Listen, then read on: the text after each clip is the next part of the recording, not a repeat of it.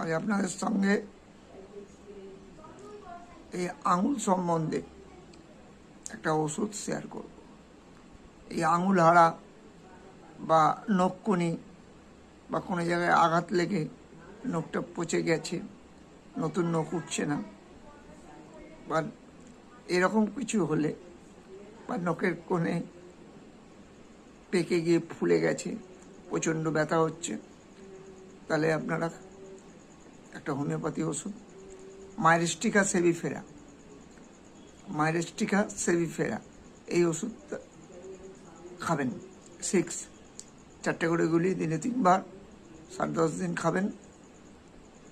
কোনো রকম সমস্ত রকম ব্যথা বেদনা সব ভালো হয়ে যাবে। ভিডিওটা ভালো লাগলে শেয়ার করে দেবেন, লাইক করে দেবেন।